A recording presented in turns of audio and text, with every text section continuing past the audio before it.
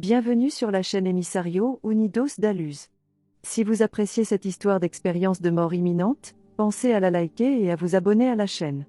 Mon émie a commencé lorsqu'un chauffeur de camion, ne réalisant pas que la circulation ralentissait devant lui, est entré en collision avec mon véhicule. Je me souviens à quel point le temps semblait ralentir dans les instants précédant la collision, et à ces moments-là, je me souviens avoir pensé que j'étais sur le point de mourir. Le camion n'avait pas encore percuté mon véhicule lorsque j'ai quitté mon corps, et au moment de partir, c'était comme si le temps s'était complètement arrêté. Je me souviens comment tout est devenu soudainement calme et comment un amour d'une énormité qui échappe à toute description a soudainement imprégné mon être. Je me souviens de la panique que j'ai ressentie, mais quelques instants auparavant, elle a été remplacée par un calme écrasant et inexorable, et j'ai su instinctivement que j'étais en présence de Dieu. Je pouvais sentir qu'il y en avait deux autres avec moi, et je ne sais pas comment je le savais, mais je savais que l'une d'elles était ma grand-mère. J'ai été submergée d'émotions par l'expérience de l'amour de Dieu. Même si je croyais en Dieu, j'étais très en colère contre lui, et je lui reprochais les souffrances et les abus que j'avais subis étant enfant de la part de mes parents. Cependant, après m'être retrouvée face à face avec Dieu lors de mon émie, et avoir expérimenté la magnificence de l'amour illimité de Dieu, cela m'a fait réaliser à quel point je tenais à ce que Dieu existe effectivement. Merde, j'avais tort d'accuser Dieu si durement, déplorai-je. Mon enfant, ne t'inquiète pas. Tout va bien, a rassuré Dieu. En effet, je me sentais comme un enfant bercé dans les bras aimants et doux de Dieu dans un endroit très sûr et chaleureux. C'est alors que des images de ma vie ont commencé à apparaître devant moi alors que j'ai commencé à faire l'expérience d'un bilan de vie.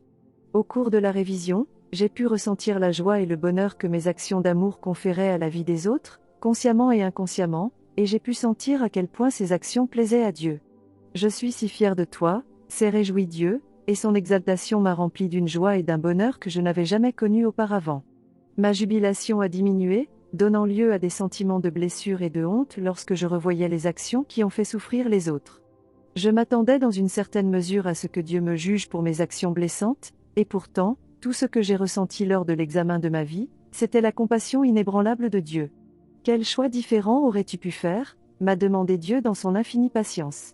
Au cours de la révision de ma vie, j'ai été étonné de réaliser à quel point j'étais précieux pour Dieu, et l'aspect le plus difficile de la révision a été d'accepter le pardon implicite de Dieu. Avant l'émie, je me critiquais et me dénigrais, et j'imaginais que Dieu me regardait avec le même dédain. Pourquoi devrais-je me donner la peine de te faire tel que tu es si je voulais que tu essayes d'être comme quelqu'un d'autre ? En vous minimisant et en vous condamnant, vous bloquez mon amour, a-t-il expliqué. Dieu voulait que je m'accepte et me pardonne davantage, et ce faisant, je serai capable de réfléchir sur moi-même et sur ma vie avec un plus grand degré d'honnêteté et de clarté. Dieu comprend et accepte que vous commettiez des erreurs de la même manière que vous comprenez et acceptez lorsque vos enfants commettent des erreurs. Vous n'êtes peut-être pas content quand ils commettent ces erreurs, mais cela ne veut pas dire que vous les aimez moins pour les avoir commises. Vous acceptez qu'ils commettent des erreurs de temps en temps, et vous comprenez pourquoi lorsqu'ils les commettent. Vous les aimez et leur pardonnez malgré tout, et vous ne les jugez pas et ne leur gardez pas de rancune, a-t-il rappelé. Dieu m'a montré que je tuais mes enfants à travers mes paroles dures, et j'ai ressenti la peinture qu'ils ressentaient. Je sentais que j'avais failli à mon devoir de parent, mais plus je me sentais mal, plus je ressentais l'amour et la compassion de Dieu. J'ai demandé à Dieu pourquoi il m'avait donné des parents violents, et il m'a montré comment j'avais choisi tout ce que je vivrais au cours de ma vie, avant ma naissance. Dans ce que Dieu m'a révélé, il est devenu clair que je devais expérimenter tout ce que je faisais afin d'apprendre ce dont j'avais besoin pour pouvoir vivre mon objectif sur Terre. J'ai réalisé que beaucoup de mes choix n'étaient pas pour mon plus grand bien parce que je n'écoutais pas les conseils qui m'étaient donnés ou parce que je ne faisais pas confiance à mon intuition, et je faisais ce que je pensais être censé faire plutôt que ce que je pensais être censé faire. Mon intuition me guidait à le faire. J'ai appris que la Terre est une école et qu'à la fin de la vie, nous passons un examen final, l'examen de la vie, avant d'obtenir notre diplôme et de rentrer chez nous. Les leçons étaient si simples et tout ce qui m'était révélé prenait tout son sens. J'ai compris que la vie est une question d'amour. Il s'agit d'accepter l'amour de Dieu en s'aimant et en s'acceptant soi-même, et de partager cet amour avec les autres. Dieu m'a montré quelle partie de ma mission sur Terre il me restait à accomplir, mais il m'a donné le choix de continuer ma mission, ou de rester avec lui. Voulez-vous rester ou rentrer ? A-t-il demandé. J'ai décidé de revenir sur Terre parce que je voulais désespérément réparer le mal que j'avais causé aux autres, et je ne voulais pas laisser tant de choses incomplètes. Je voulais aussi avoir l'opportunité de vivre des jours de ma vie dans la connaissance de l'amour inconditionnel de Dieu pour moi. Je dois y retourner, ai-je dit, et c'est à cet instant que toute l'expérience s'est terminée, et que j'ai repris conscience de mon corps dans la voiture, avec le camion dans mon rétroviseur sur le point d'entrer en collision avec mon véhicule. J'ai pris conscience que mes mains tenaient fermement le volant, mais je pouvais sentir que l'amour de Dieu était avec moi. Enlevez votre pied du frein et appuyez sur la pédale d'accélérateur, ai-je entendu une voix dans ma tête. Sans réfléchir, j'ai appuyé sur la pédale d'accélérateur, conduisant la voiture devant moi en toute sécurité dans la bande médiane. J'ai roulé encore environ 30 mètres avant de conduire la voiture en toute sécurité dans la bande médiane. Même 1 heure après l'accident, j'ai continué à me sentir immergé et bercé par l'amour de Dieu, mais au fil du temps, Lémi est devenu comme le souvenir d'un rêve que j'avais fait autrefois. Alors que les détails de Lémi commençaient à s'estomper, je me suis demandé si c'était quelque chose que j'avais réellement vécu ou si c'était effectivement juste un rêve. Même aujourd'hui, je ne me souviens pas pourquoi j'ai choisi de retourner sur Terre ni de ce qu'il me restait à terminer, mais je me souviens avoir été certain qu'il me restait encore tant de choses à terminer. Étant donné que mes souvenirs sont au mieux vagues, depuis Lémi, j'ai vécu avec la profonde conviction de l'amour inconditionnel de Dieu pour moi, et l'expérience a profondément transformé ma vie.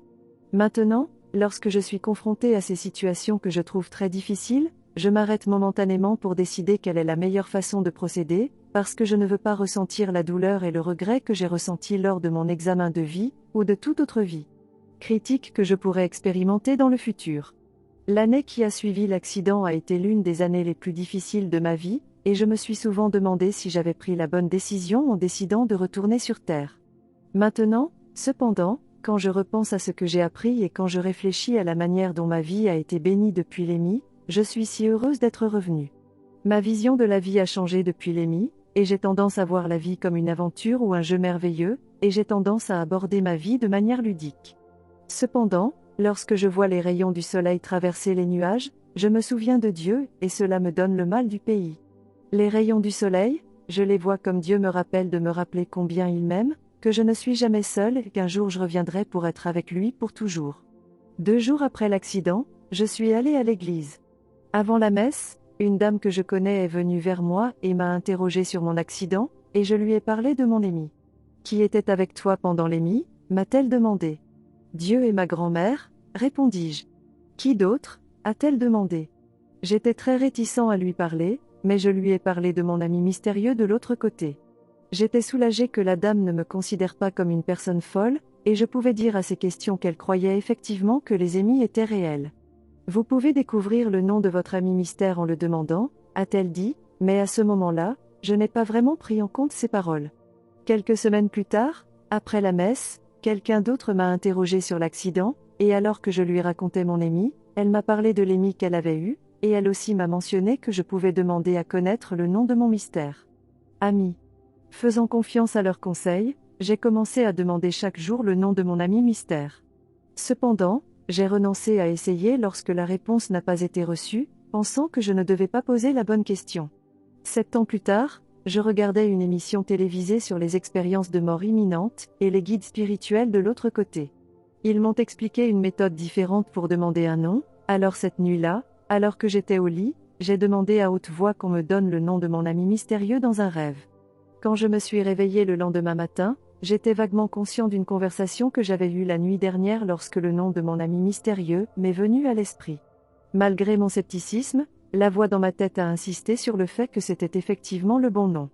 La plupart des autres membres de ma famille et de mes amis mondains ont tous des noms maintenant, et certains en ont plus d'un. Je trouve ces jours-ci que plus je suis ouvert à la possibilité d'aide de l'autre côté, plus on m'aide. J'ai également arrêté d'essayer d'expliquer les choses avec raison et rationalité comme avant, car je suis devenu de plus en plus à l'aise avec le fait qu'il n'était pas nécessaire de savoir comment les choses fonctionnaient pour croire que des choses apparemment surnaturelles étaient possibles. Je parle à mon ami mystère dans mon état de veille et aussi dans mon état de rêve. Son aide a toujours été et est toujours inestimable pour moi. J'ai hâte de la revoir un jour.